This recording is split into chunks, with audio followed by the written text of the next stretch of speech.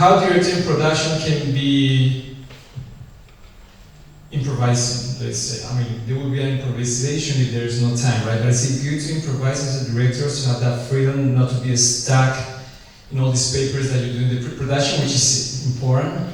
But should we give our space to improvise as well, or is not good? Just let's start with Tamia.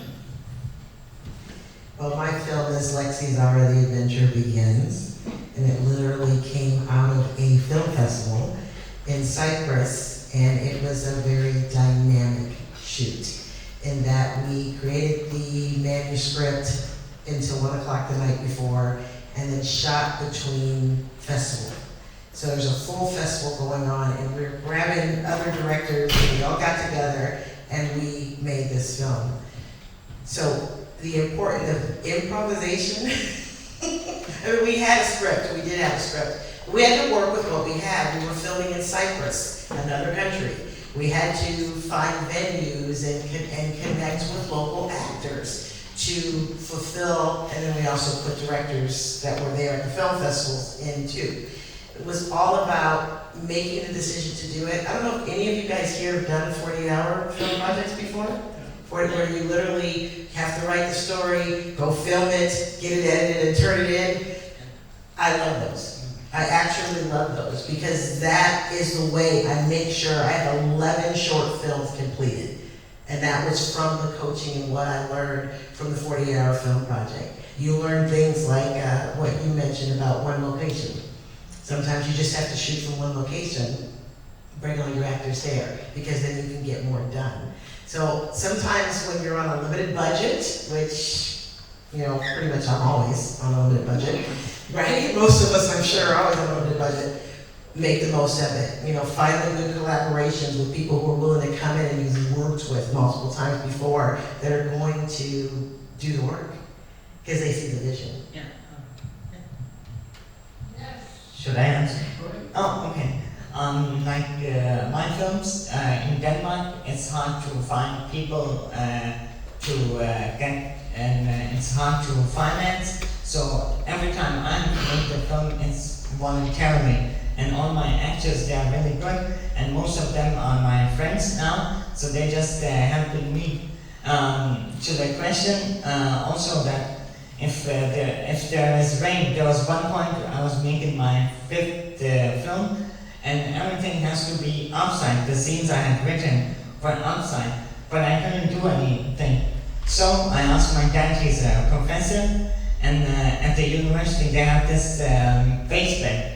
So I got my actors down at the basement and we made the shootout and everything. It's called the Esbjerg Crime Family. You guys can watch on YouTube. So those scenes at the end had to be outside, but I couldn't do anything. So, and also due to the time, the actor, all the actors, they were coming from Copenhagen. That's like 3 hours away from my city, Esbjerg in Denmark. So I say, okay, due to the time, we take it inside. And also, I got the permission to shoot at the airport. The last scene of the film at the Bilal airport in Denmark. I couldn't do anything because of the time again, so I made the most of it. And also, I don't have a film camera, so I used the 4K JVC. It's all good.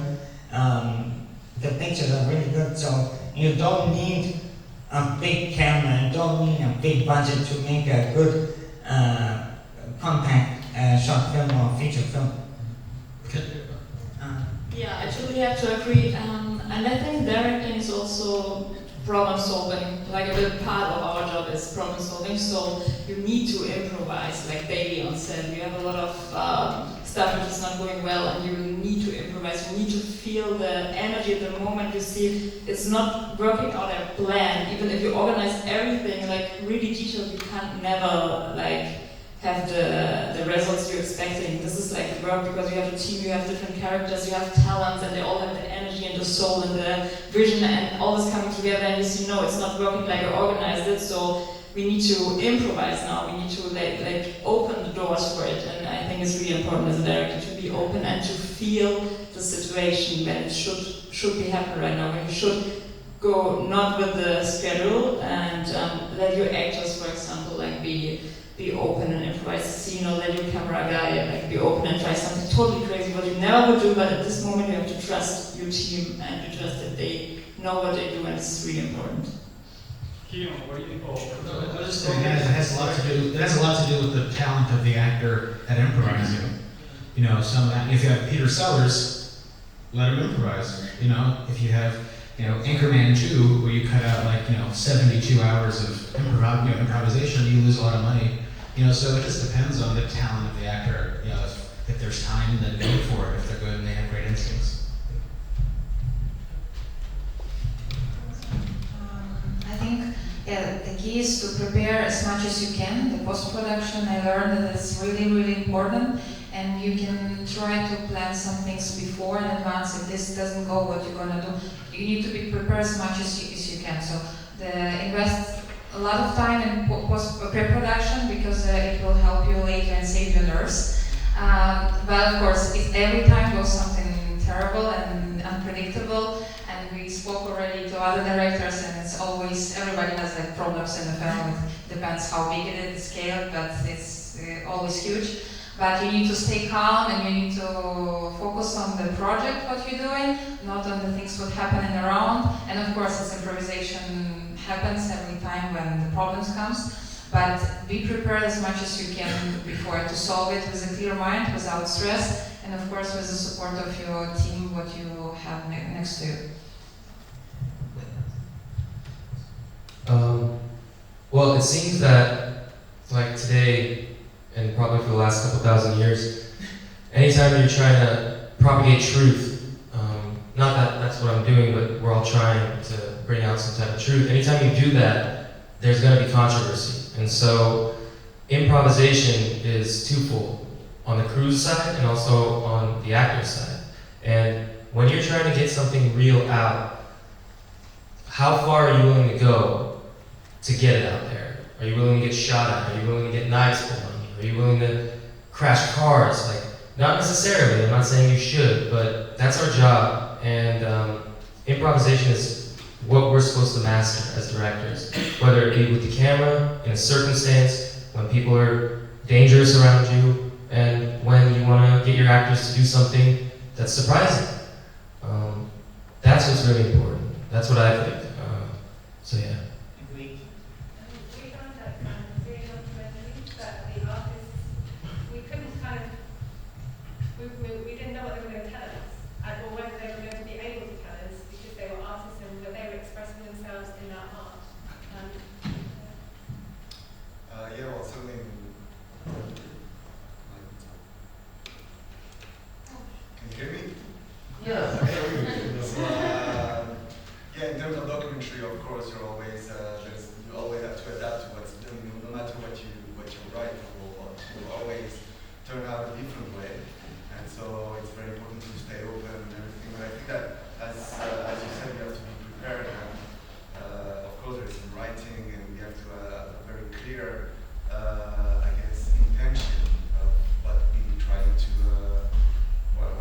do, and there will always be surprises. But if your intention is clear, and the surprise is usually better than what you could even imagine. I think of, I don't know if anyone has seen or documentary just before the session, so maybe we don't have time to do both. But there's a scene at the end where this artist, she makes canvas and stuff. And so we were shooting in a workshop, and she had prepared this piece, and she wanted to finish it for us for the scene. And it comes at the end of the film, and she puts it on the wall, and she looks at it, and it's obviously not finished. She's not happy with the thing, and we couldn't have thought of such a beautiful thing on this movie. For me, it's one of my favorite scenes in the film. But we're seeing the creative process happening just in front of us at that moment.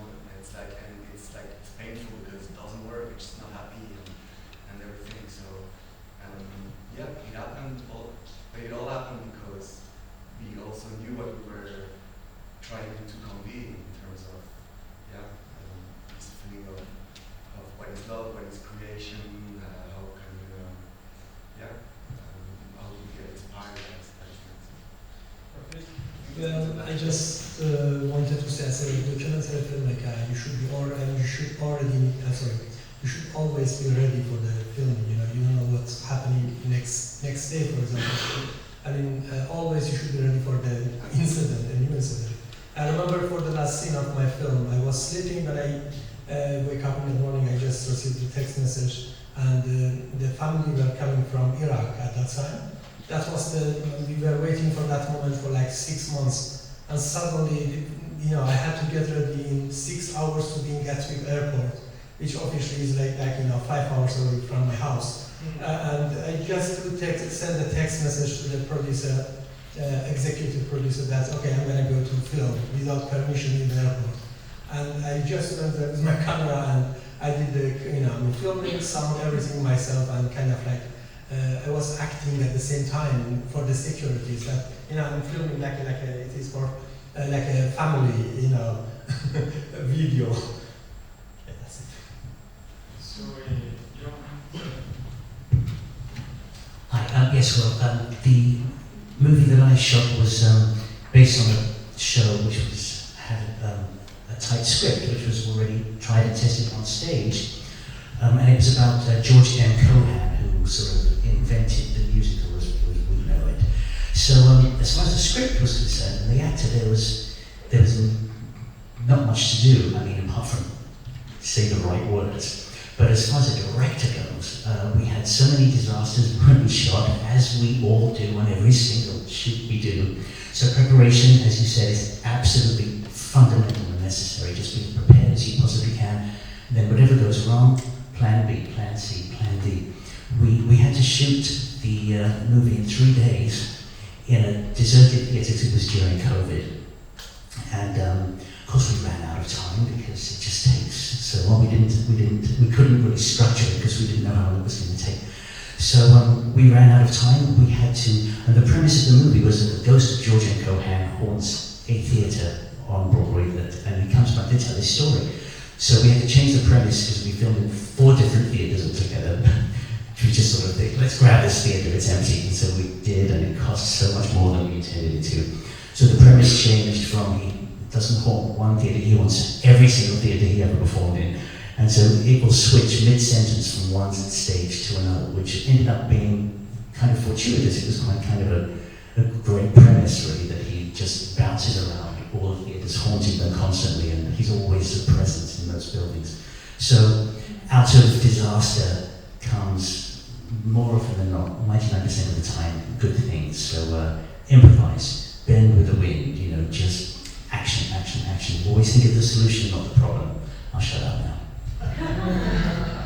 I think that flexibility is a word that I'm hearing here, that every single one of us has had to deal with. And you spend your life pouring this idea together that's really concrete, and